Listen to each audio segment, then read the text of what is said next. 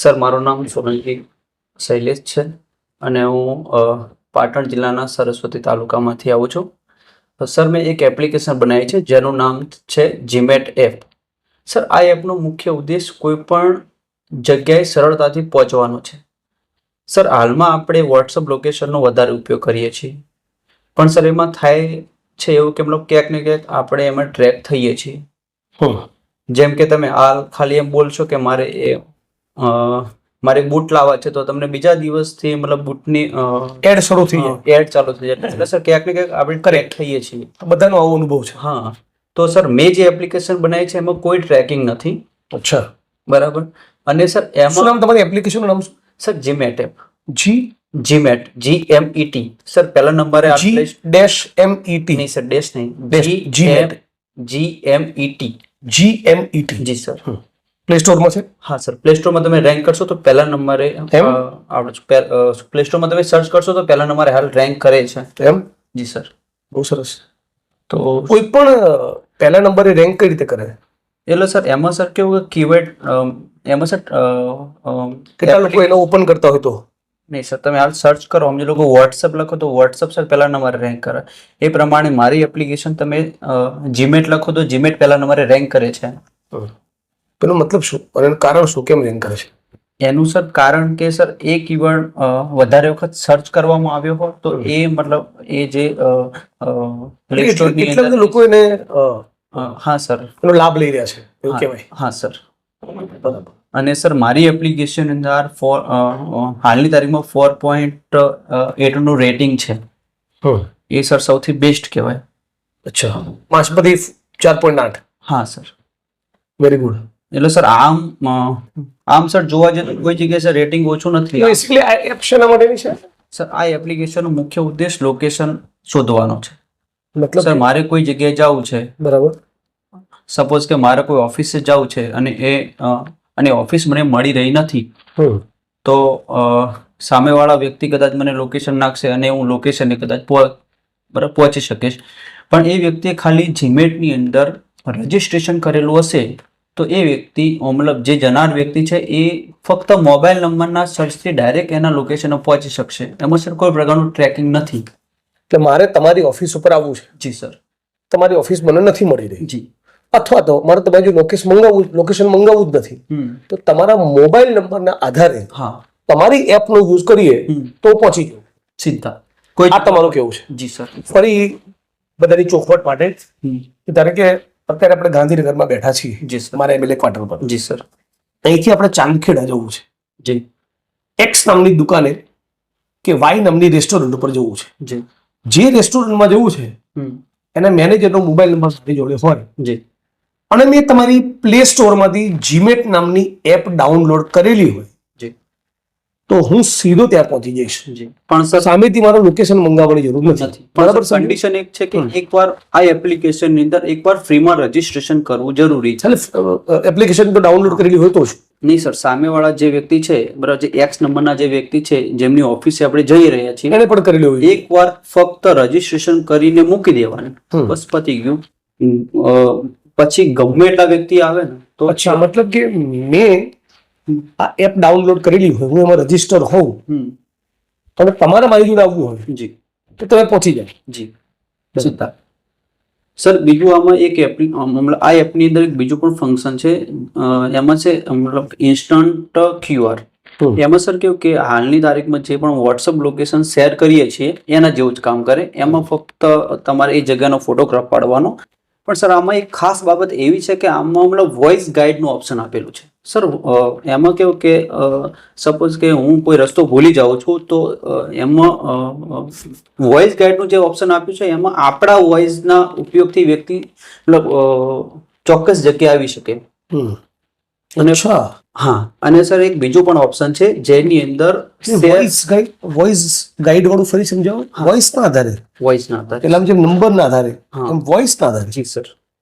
વોઇસના આધારે સર કેવું કે સર માની લો કે હું ચાંદખેડામાં એક નંબરની દુકાને જવા માંગુ છું અને એ જે વ્યક્તિ જે ઓનર છે એ મતલબ એકવાર ખાલી એ જગ્યાનો ફોટોગ્રાફ પાડવાનો અને ફોટોગ્રાફ પાડ્યા પછી એમાં એક વોઇસ ગાઈડનો ઓપ્શન આવે છે કે ચાંદખેડાની અંદર તમે ડાબી બાજુ વળજો અને ડાબી બાજુથી એક થાંભલો આવશે, થાંભલાની સામે મારી ઓફિસ છે, એ પ્રમાણે એકવાર ફક્ત બોલી દેવાનું અને બસ.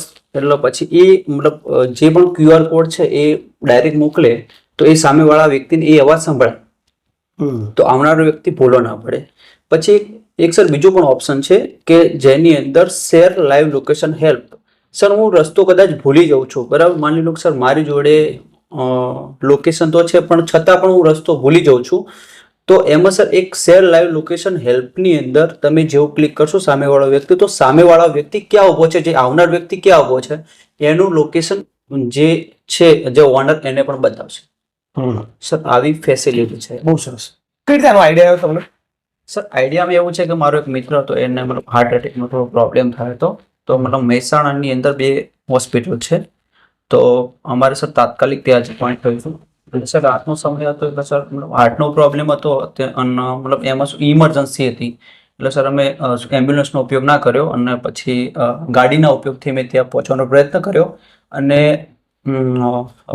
ગૂગલ મેપની અંદર મેં એ હોસ્પિટલનું નામ સર્ચ કર્યું તો સર એમાં થયું કે જે જગ્યાએ પહોંચવાનું હતું એ જગ્યાએ ના આવી અને જે બીજી જગ્યા હતી એ બીજી જગ્યાએ અમે પહોંચી ગયા. એનાથી સર થયું કે અમારો સમય ઘણો બધો સમય બગડી ગયો અને 3 કિલોમીટરના અંતરમાં મારા જે મિત્ર હતો એનું મૃત્યુ થઈ ગયું. એટલે સર ત્યારે મારો આઈડિયા હતો કે કઈ રીતે સચોટ જગ્યાએ પહોંચી શકે અને સચોટ સમયે પહોંચી શકે. જી સર, આમાં સર સમયનો સૌથી વધારે બચત થાય અને સર પેટ્રોલનો પણ બચત થાય. સર હાલના સમયમાં થાય છે એવું કે મતલબ આપણે 5 મિનિટનું કામ હોય ને આપણે અડધો કલાક કરી દઈએ છીએ અને સર સમયની કિંમત તો સર આપ જાણો છો કેટલી છે. બરાબર. તો કેટલા દિવસમાં તમે બનાવી, ક્યારે બનાવી? હા, ઓકે સર, આ એપ્લિકેશન બનાવવાનો સમયગાળો 1 વર્ષ અને 2 મહિનાનો લાગ્યો છે સર. 1 દિવસ મિસ કર્યા વગર પણ મેં આ એપ્લિકેશન તૈયાર કરી લી છે. આગળ તમારો શું મિશન છે? સર આના બેઝ ઉપર મને એક અમેરિકાની કંપની તરફથી ઓફર પણ મળી છે. તો સર એ લોકોએ થોડી કન્ડિશન આપી છે કે તમારી એપ્લિકેશનની અંદર આટલા ઇન્સ્ટોલ હોવા જરૂરી છે. તો આટલું રજીસ્ટ્રેશન થયેલું મતલબ કે ડાઉનલોડ કરેલી હોવી જોઈએ? જી સર. ડાઉનલોડ અને રજીસ્ટ્રેશનમાં કોઈ ફરક નહીં સર. તો પ્લે સ્ટોરમાં જઈને તમારી એપ છે જીમેટ એ ડાઉનલોડ કરવાની. જી સર. મતલબ કે એનું રજીસ્ટ્રેશન કરવાનું. જી. એવા કેટલા લોકો તમને જોઈએ?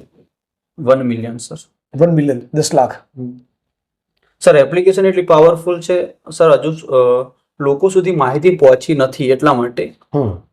બાકી એપ્લિકેશન એકદમ સર સરળ બનાવી છે. બહુ સરસ. મારે સર ફક્ત એ જગ્યાનો ફોટોગ્રાફ પાડવાનો, બરાબર. સૌથી પહેલા તમારે જીમેટ પ્લે સ્ટોરમાંથી ઇન્સ્ટોલ કરવાની, ત્યારબાદ એમાં તમારે જીમેટથી લોગિન કરી તમારી જગ્યાએ જે જગ્યાએ તમારે રજીસ્ટ્રેશન કરવું છે, જેમ કે આ ઓફિસનું કરવું છે તો ઓફિસનો બહારથી ફોટો પાડી દેવાનો, પછી તમારું ઓફિસનું નામ લખી દેવાનું, પછી એમાં કેટેગરી, સબ કેટેગરી અને જેટલા કલાક સમજી લો કે સર તમે આ ઓફિસ 5 વાગે ખોલો છો અને મતલબ 12 વાગે બંધ કરો છો તો એનો તમે સમય પણ એડ કરી શકો છો.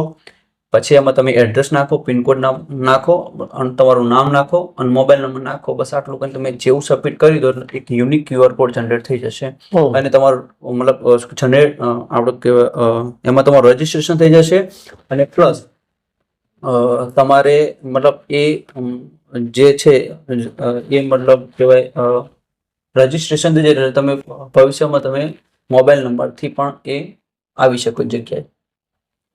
ટૂંકમાં તમને 10 લાખ લોકો ગુજરાતમાંથી, દેશમાંથી એવા જોઈએ કે જીમેટ નામની તમારી એપને ડાઉનલોડ કરે વર્લ્ડમાંથી. હા સર, 174 દેશ છે. બરાબર. ચલો, તમને ખૂબ ખૂબ શુભેચ્છાઓ અને મને આશા અને અપેક્ષા છે કે દર્શક મિત્રો જે પણ આ વિડીયો જોતા હશે એમને જો રસ પડે અને ઠીક લાગે તો આ એપને ડાઉનલોડ કરજો.